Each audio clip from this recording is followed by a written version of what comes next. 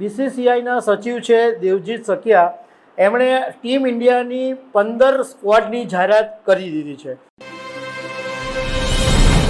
બીસીસીઆઈએ અગાઉથી જાહેરાત કરી હતી કે શનિવારના દિવસે T20 વર્લ્ડ કપ 2026 માટે ટીમ ઇન્ડિયાની સ્ક્વોડની જાહેરાત કરી દેવામાં આવશે અને એ મુજબ આજે મુંબઈમાં બીસીસીઆઈના હેડક્વાર્ટર ખાતે પસંદગીકાર સિલેક્ટર અજીત અગરકર, કેપ્ટન સૂર્યકુમાર યાદવ આ બધાની હાજરીમાં બીસીસીઆઈના સચિવ છે દેવજીત સકિયા, એમણે ટીમ ઇન્ડિયાની 15 સ્ક્વોડની જાહેરાત કરી દીધી છે. તો એના વિશે હું તમારી સાથે વાત કરીશ. મારું નામ રાજેશ શાહ છે અને તમે જોઈ રહ્યા છો ગુજરાતના સૌથી મોટા ડિજિટલ ન્યૂઝ પ્લેટફોર્મ ખબરછે.com. હમણાં ગઈકાલે ટીમ ઇન્ડિયા અને સાઉથ આફ્રિકાની જે T20ની 5 મેચની સિરીઝ હતી એ ભારતે 3-1થી જીતી લીધી છે અને તમે ગઈકાલે શુક્રવારના દિવસે આ મેચ જોઈ હશે. એકદમ રોમાંચિત મેચ હતી. એટલે ભારતનું પલ્લું ભારે છે અને ફેબ્રુઆરીમાં ICC men's T20 world cup 2026નું આયોજન છે એની ચાહકો એકદમ આતુરતાપૂર્વક રાહ જોઈ રહ્યા છે. એટલે આજે ટીમ ઇન્ડિયા જાહેરાત થઈ ગઈ છે, પરંતુ ટીમના નામો જાહેરાત કરતાં પહેલાં તમને થોડી માહિતી એ આપી દઉં કે 7 ફેબ્રુઆરીથી આ મેચ શરૂ થાય છે અને ટોટલ 4 ગ્રુપ છે.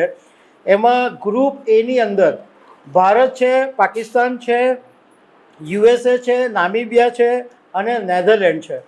ગ્રુપ બીની અંદર ઓસ્ટ્રેલિયા છે, શ્રીલંકા છે, ઝિમ્બાબ્વે છે, આયર્લેન્ડ છે અને ઓમાન છે. ગ્રુપ સીની અંદર England, West Indies, Italy, Bangladesh અને નેપાળ છે. અને ગ્રુપ ડીની અંદર south Africa, New Zealand, Afghanistan, UAE અને કેનેડા.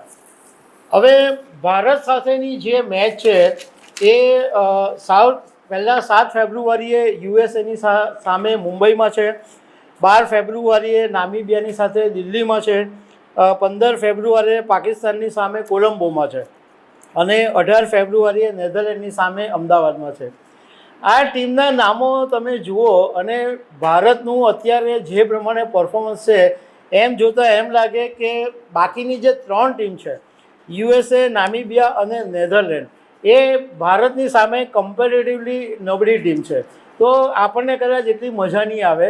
ખાલી એક મજા આવશે 15 ફેબ્રુઆરીએ પાકિસ્તાન સાથેની જે મેચ છે તો એમાં ટક્કર રહી શકે એવી સંભાવના છે. હવે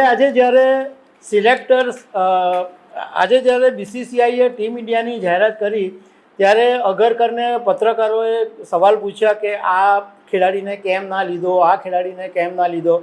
અગરકરનો એક જ જવાબ હતો કે અમારે 15 જ સ્ક્વોડ બનાવવાની હોય એટલે અમારે બધાને સમાવી શકાય નહીં.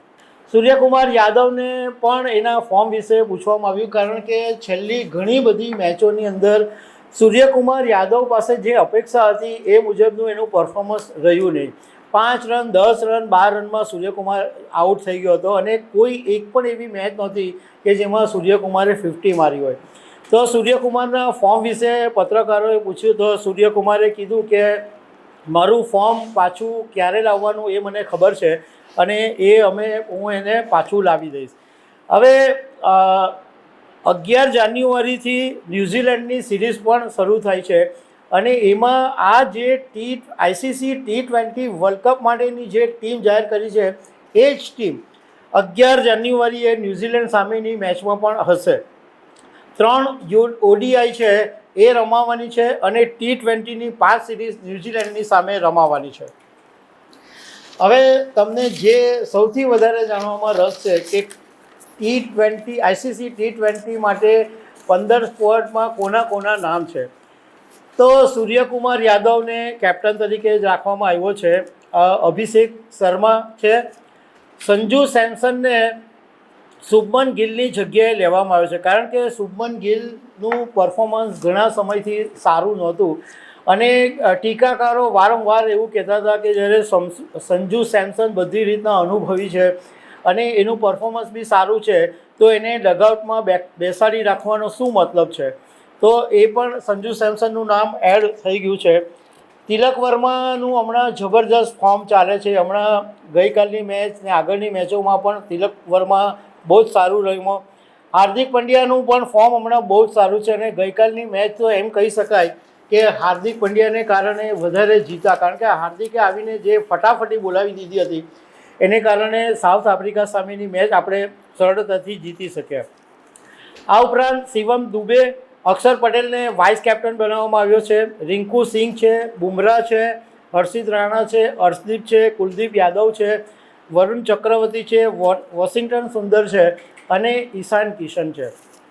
હવે કદાચ ઘણા બધા લોકોને એવું આશ્ચર્ય થશે કે ઈશાન કિશનનું નામ અચાનક કેમ આ 15ની સ્ક્વોડમાં આવી ગયું, કારણ કે આઈપીએલની જે મેચો હતી છેલ્લા કેટલાક સમયની એમાં ઈશાન કિશનનું પરફોર્મન્સ એટલું બધું સારું નહોતું. એકાદ બે ચાર મેચ છોડીને બાકીની બધી મેચોની અંદર ઈશાન કિશનનું પરફોર્મન્સ નહોતું સારું. પરંતુ હમણાં જ્યારે સૈયદ મુશ્તાક અલી ટ્રોફી થઈ અને ઝારખંડની ટીમ વતી ઈશાન કિશન રમ્યો અને એ કેપ્ટન હતો, તો જે ફાઇનલ મેચ હતી એમાં એણે 49 બોલની અંદર 101 રન માર્યા અને છેલ્લા કેટલાક સમયથી એનું જે ફોર્મ છે એનો સુધારો જોવા મળી રહ્યો છે. અને બીજું કે સંજુ સેમસન એક વિકેટ કીપર તરીકે લેવામાં આવ્યો છે અને એક વિકલ્પ તરીકે ઈશાન કિશન વિકેટ કીપર બી છે અને 2 વિકેટ કીપરો જનરલી રાખવા પડતા હોય છે, એટલા માટે ઈશાન કિશનનો પણ સમાવેશ કરાયો છે. તો દર્શક મિત્રો, આવી અનેક વાતો સાથે અમે તમને મળતા રહીશું. Thank you very much.